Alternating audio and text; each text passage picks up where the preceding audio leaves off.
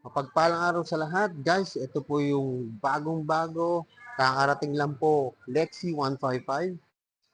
Guys, ang kulay nito guys ay matte green na may black. Guys, ganyan ako pag nakasakay ako sa unit ha. Bagong-bago to guys. Kakarating lang ito. No? Napaka-komportable guys. Digital gauge panel. Yung function niya po sa kanyang manubela. Ito po yung menu. Menu para sa gauge panel. High and low. Signal. Busina. May kill switch. Lambot po ng brake lever nito. Tapos yung kanyang throttle, lambot din po. Meron siyang hazard, electric start. Kita nyo guys, ang aking paa, oh. 8.5 ang sukat ng aking paa. Oh, spacious po. Yan, pwede pa kayong maggaganyan, no? Kung paano po yung gusto yung driving position. Ito po yung kanyang tapakan ng angkasan. Yun guys, wala lang siyang kickstart. Yan, ito po yung kanyang crankcase. USB port, meron din po siya guys. Packet. Pakita ko sa inyo yung unit guys. Ito. Yan, no? Ito po yung sa menu niya. Digital gauge panel. High and low. Signal. Pwede nyo rin pong i-off. Busina. Kill switch.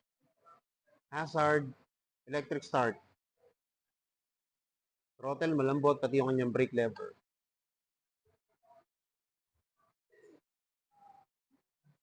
Kill switch. Hazard. Electric start.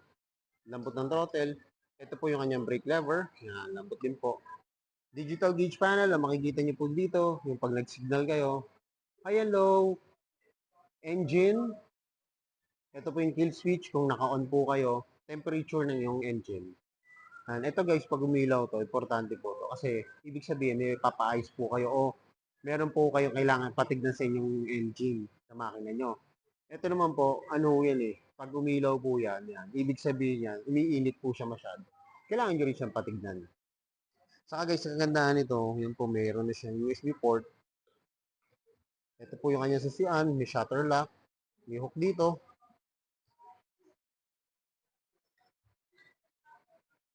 Saka guys, ayan no, pag nakita nyo naman overall yung unit, yan, may visor, ang signal light niya ay bulb type. Ito po yung kanyang headlight, pati park light, LED po yan. Ang likod guys, LED, yung magkabila, signal light ay bulb type, reflector, yan. At kanyang muffler, parang NMAX ang muffler nito guys. Kaya pag nakita nyo na actual to, talagang napapaisip kayo kung NMAX o ito. Kasi ito, mamaya papakita ko yung price. Talagang napakaganda po ng presyo nito. Sulit na sulit sa presyo nito. Yung kanyang upuan, malambot na po. Saka flat seat na po siya. So yun guys, ito na po. Ito na po yung inaabangan ng karamihan. Nandito na po sa Pilipinas. Ito na po yung Lexi 155. Pakita ko po sa inyo guys yung price nito. Guys, ito po. Yan po, Lexi. Ang cash price niya po ay 101,450 pesos. Yan po yung kanyang down payment kung installment. Yan po yung kanyang 12 months, 24 months, at 36 months.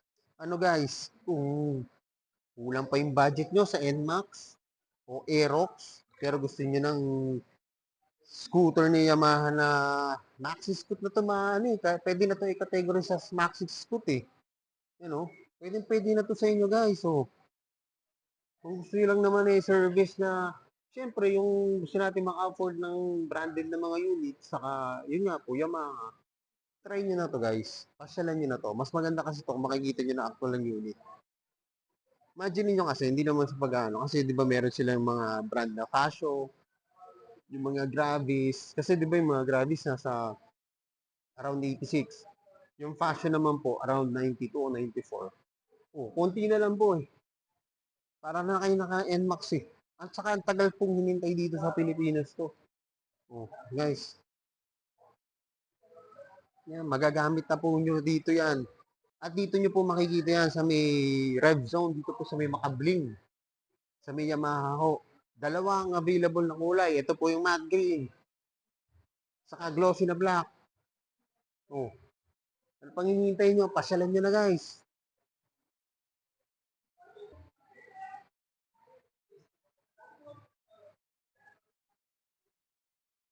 So yun guys, hanggang dito na lang. Ride safe, ingat po palagi, and God bless po. Palagi share na rin po ng aking mga videos at pasubscribe na rin po.